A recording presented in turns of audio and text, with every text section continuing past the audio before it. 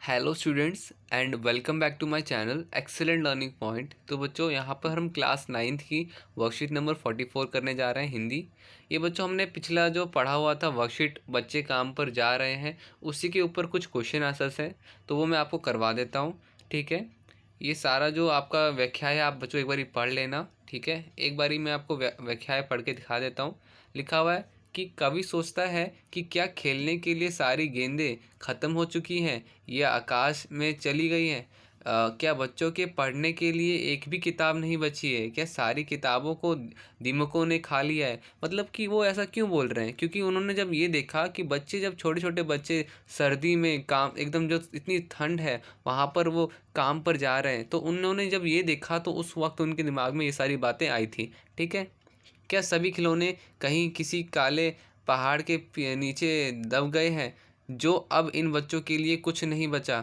मतलब कि उन्होंने उन बच्चों के दुख को अपने दुख से मिलाया। ठीक है, क्या इन बच्चों को पढ़ाने वाले मदरसे, मतलब कि आपका विद्यालय बेसिकली उसे कहते हैं, भूकंप में टूट चुके हैं, जो ये बच्चे पढ़ाई एवं खेलकूद को छोड़कर काम पर जा रहे हैं। यहाँ कवि अपने मन में उठ रहे सवालों को बयां करते हुए कहते हैं कि क्या बच्चे की खेलने की सारी जगह खत्म हो चुकी है, क्या सारे मैदान या बच्चे खेलते, जहाँ जहाँ बच्चे खेलते हैं, सारे बगीचे जहाँ बच्चे टहला करते थे, वह एवं सारे घरों के आगमन समाप्त हो चुके हैं। तो जो इन बच्चों के पास अब कुछ नहीं बचा, बच्चे यहाँ पे बचा होगा। ठीक है, तो इसलिए यह सुबह सुबह काम पर जा रहे हैं। ये बच्चों यहाँ पर पूरा का पूरा छोटा सा इसका मतलब था, किसका मतलब था, तो ये जो हल्की जो यहाँ पे छोटी सी कविता है, ठीक है, कविता का पाठ है, उसका मतलब था। ठीक है, तो इसमें बच्चों आपको मिल रहे हैं 4 प्रश्न, तो चलो आ जाओ करते हैं।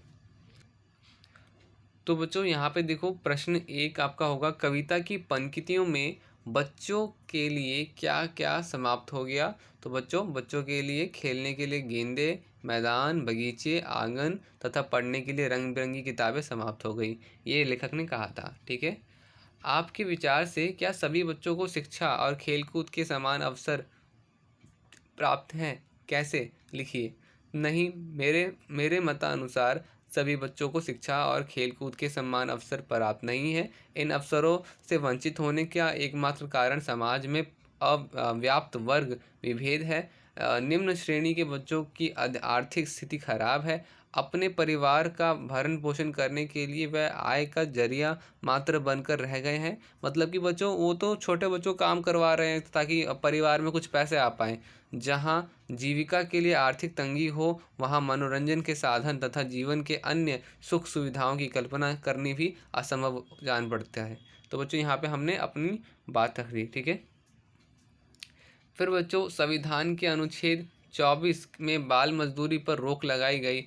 अपने मित्रों या अध्यापक अध्यापिकाओं से बातचीत करके लिखिए कि यह कानून क्या कहता है। तो बच्चों, अनुच्छेद 24 के तहत 14 वर्ष से कम आयु के किसी भी बच्चे को कारखाने या खान, मतलब कि खान में काम करने, मतलब खान जो होती है ना बच्चों, जहाँ पे कोयले की खाने वगैरह होती है, तो वहाँ पे काम करने के लिए नियोजित नहीं किया जाएगा या किसी अन्य खतरनाक काम में नहीं लगाया जाएगा। ये था बच्चों। ठीक है, अनुच्छेद 24। फिर बच्चों, प्रश्न 4, काम पर जाते किसी बच्चे के स्थान पर अपने आप को रख कर देखिए, आपको जो महसूस होता है वो लिखिए।